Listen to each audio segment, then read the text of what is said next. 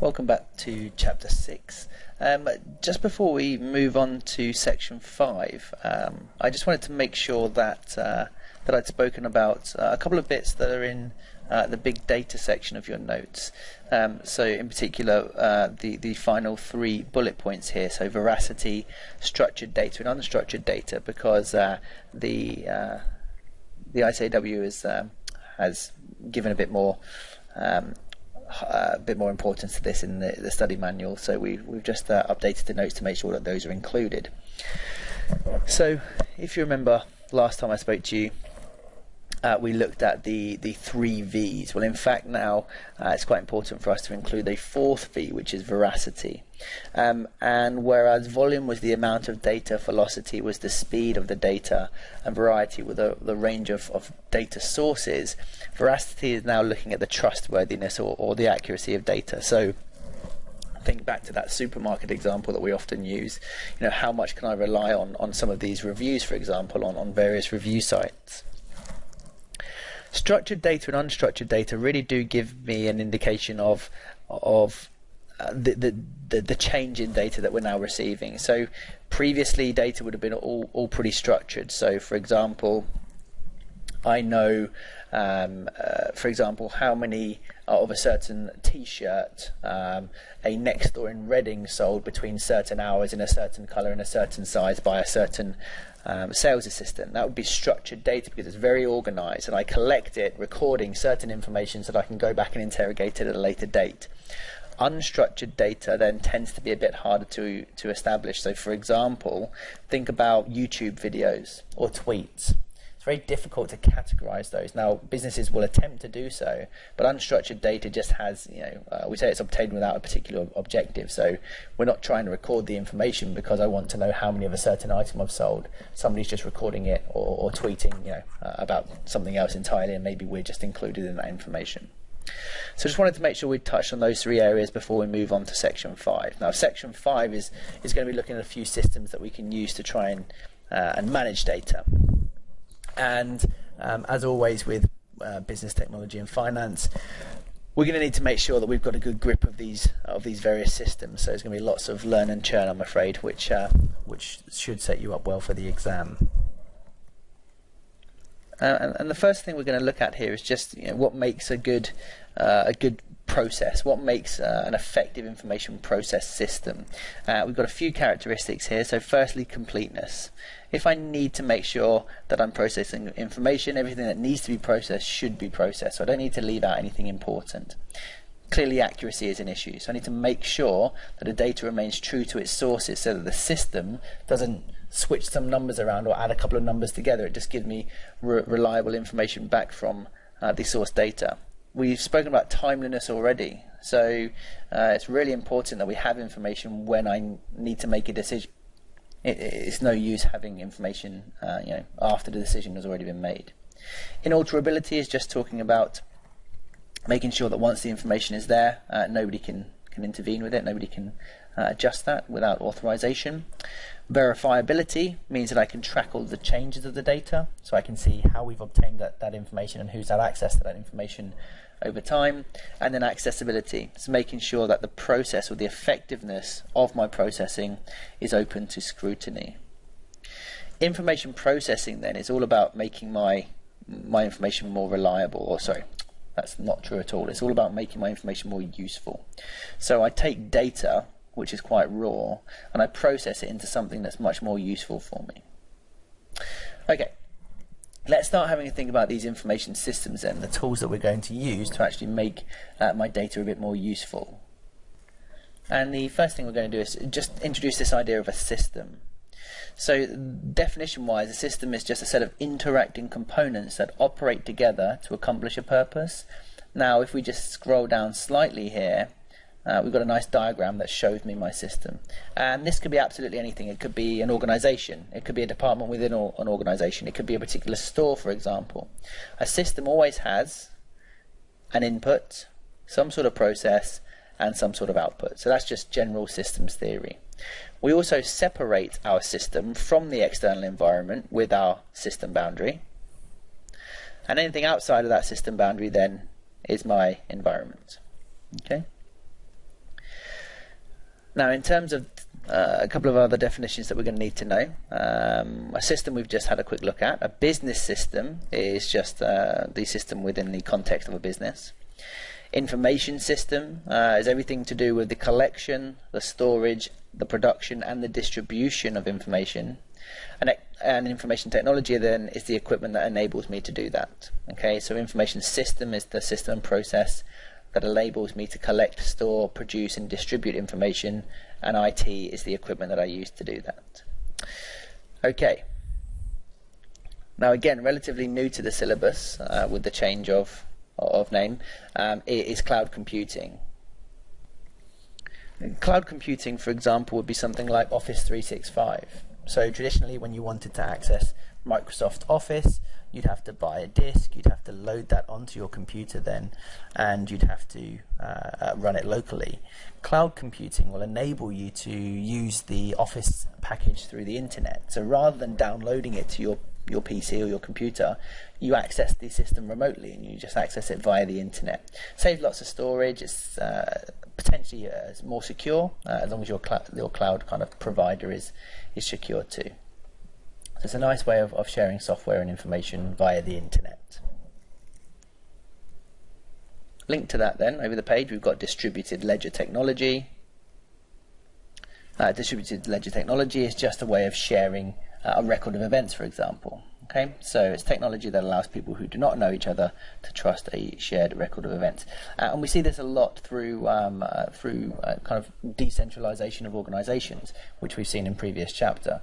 If I can make sure that information is replicated and synchronized across different geographical regions, then there's no kind of concept of centralized data storage anymore, and actually everybody can trust the same information regardless of where they're based geographically. So again, some sort of cloud computing aspect to try and enable me to decentralize as much as possible.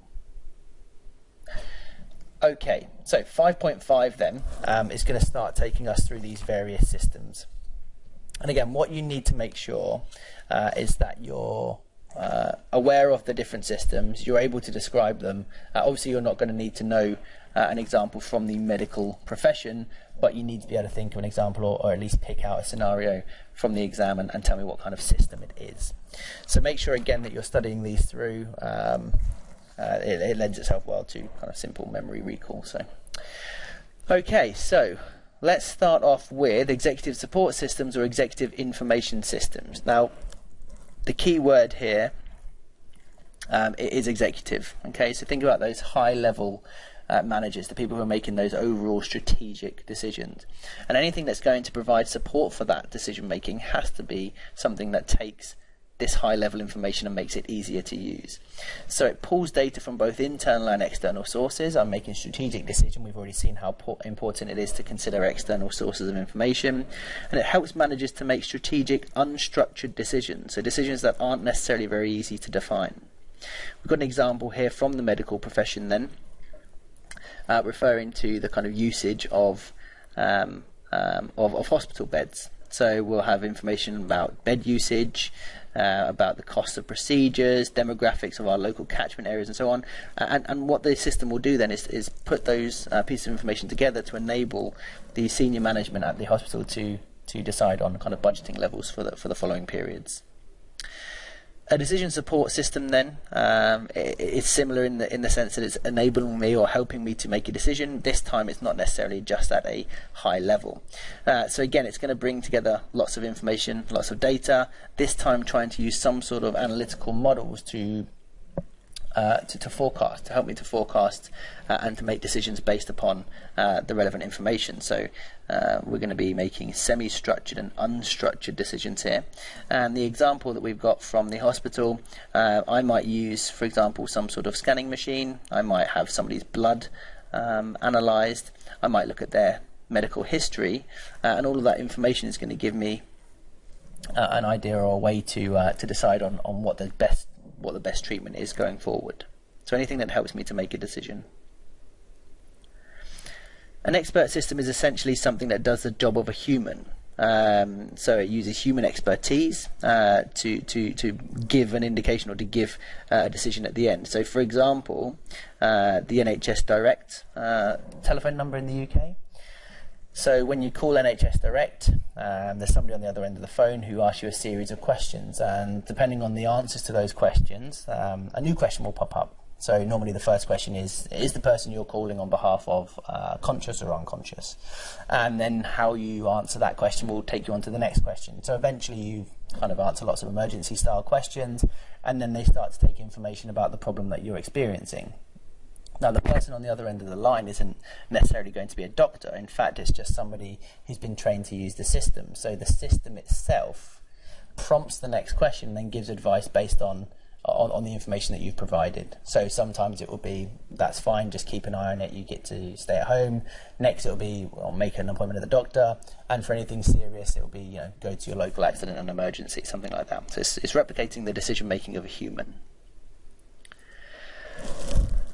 A knowledge work system is a way of trying to share knowledge throughout an organisation. So I get to create and integrate new knowledge into my organisation. So we keep best practices, we keep records of previous decisions, and that helps me to make decisions going into the future. It helps me to share my knowledge or the knowledge of my employees across the organisation. So for example here, we keep records and reports on automated systems within our hospital, and when that information is required, we're then able to share images, we're able to have teleconferences, and that will just enable me to share specialist knowledge across different areas of the hospital. Okay, over the page. Office automation system is just something that brings together, for example, everything that you might need within your office. So for example, Microsoft Office would be a good example of an office automation system. It's something that brings together lots of different tasks, and it just helps me to increase productivity of my workers. So it brings together Excel and email and word processing and so on. Transaction processing system could be something, for example, just like your point of sale system. It could be essentially anything that enables you to perform transactions. So, for example, your accounting package could be classed as a transaction processing system because you enter transactions onto it. And then finally, we've got management information system. So similar to executive information systems, this time looking at slightly lower level decisions to be made. So it takes mainly internal information this time and turns it into information that can be used for management level decisions. It takes data normally from my transaction processing system and then summarizes it so that I can use it for decision making. Normally for structured decisions at my operational management levels, has little analytical capability. Okay, so it's not going to be something that necessarily brings lots of information together and then helps me like an executive information system would. Okay, now just linking back to my expert system, which we said was something that tried to replicate the decision making of a human. What's it useful for? Well, certainly something like legal or tax advice, where it can be quite black and white.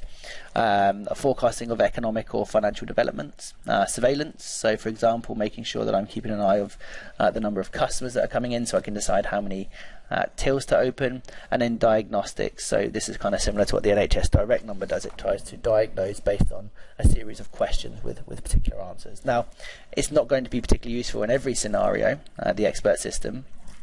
But where we have, for example, a well-defined problem, so these are the symptoms of this particular illness, where there are some rules. So if they say the person's unconscious, if they say the person's bleeding, that automatically prompts you to suggest they go to the hospital. Can't be solved by conventional transaction processing or data handling. So if we needed somebody on the other end of the phone to do that job, we'd need essentially a whole call center full of doctors. And that kind of links us on to the final problem. We're taking doctors away then from actually seeing people face to face, whereas if I were able to use an expert system, I'm freeing them to go off and do what they are better suited to do. Okay, the last thing then is just another interactive question.